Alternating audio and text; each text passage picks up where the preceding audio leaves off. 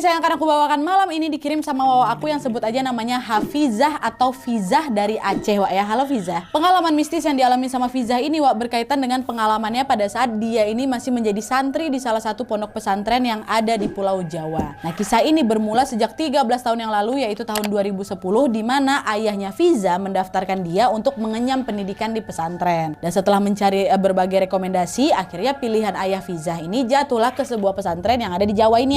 Fizah pun menyetujui permintaan ayahnya dan tidak lama kemudian merantaulah Wak Fizah dari Aceh ke kota tersebut. Sesampai di sana, Wak, sebetulnya Fizah ini agak sedikit terkejut. Karena apa? Karena rupanya pesantren tersebut baru saja berdiri, Wak, di mana jumlah muridnya juga tidak terlalu banyak, masih dikit kali. Ditambah lagi lokasi pesantren itu masih jauh kali dari pemukiman warga dan juga terletak di ujung desa. Gak ada tuh tetangga kanan kiri atau bangunan lain di sekitar pesantren itu. Justru pesantren itu malah dikelilingi ladang tebu yang memang luas dan tinggi kali. Dan hal itu pula lah yang membuat suasana malam di pesantren itu pun jadi cukup syahdu.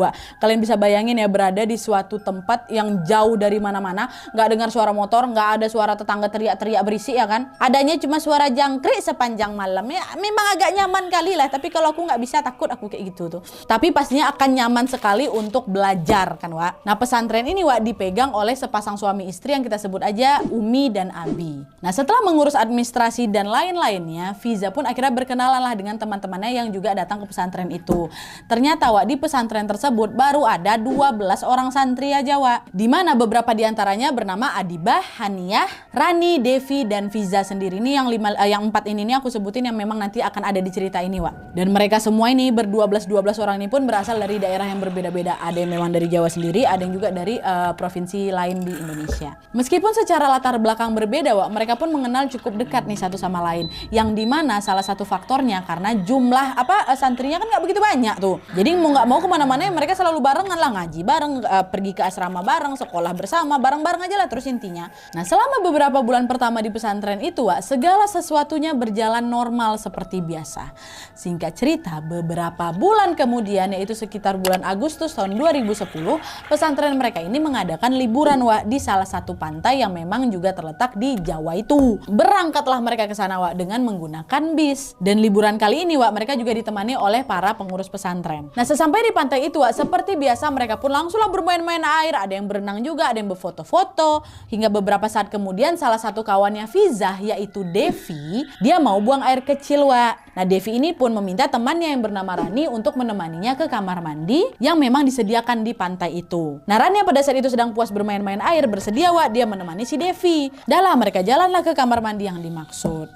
Nah, pada saat itu ternyata Devi sedang dalam masa haid. Jadi selain buang air kecil, Wak, dia juga bermaksud untuk mengganti pembalut nih. Dahlah kan sat, udah selesai nih dia ganti pembalutnya dengan yang baru. Tapi rupanya di kamar mandi tersebut, Wak, nggak ada cukup air untuk mencuci itu pembalut yang kotor. Air yang keluar dari keran kamar mandi umum tuh cuma cukup buat basuh bekas buang air kecil. Nggak ada air nih buat bersihin itu pembalut kotor, maaf nih, Wak ya. Nah, karena bingung kemana harus meletakkan pembalut kotornya ini, Devi pun meminta tolonglah sama si Rani dari dalam kamar mandi. Dia bilang, siapa Rani? Tolong cariin aku plastik lah, Wak, tolong. Nah, mendengar itu Rani pun langsunglah pergi menuruti permintaan Devi dan dia balik lagi nih bawa kresek ya kan, bawa plastik. Ini ada plastiknya.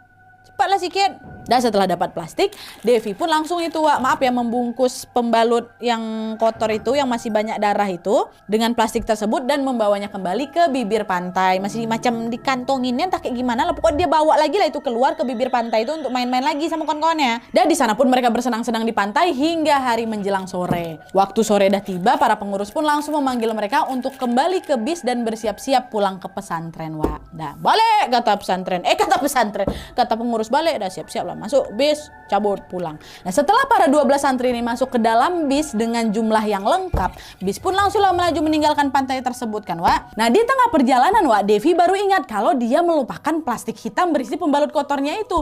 Ternyata itu plastiknya masih dia tinggalkan gitu aja di pasir pantai, Wak. Posisinya belum dia buang ke tempat sampah. Devi yang panik pun langsung bilang ke Rani, kayaknya aku lupa lah buang tadi pembalut dalam plastik itu ke tempat sampah. Aku tinggalin di mana pembalut tuh? Tapi udah aku cuci kan?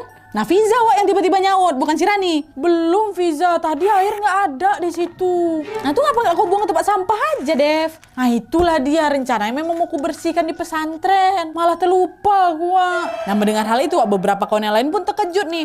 Tapi Rani mencoba menenangkan Devi. Udah Wak, nggak apa-apa kok, nggak usah terlalu dipikirkan.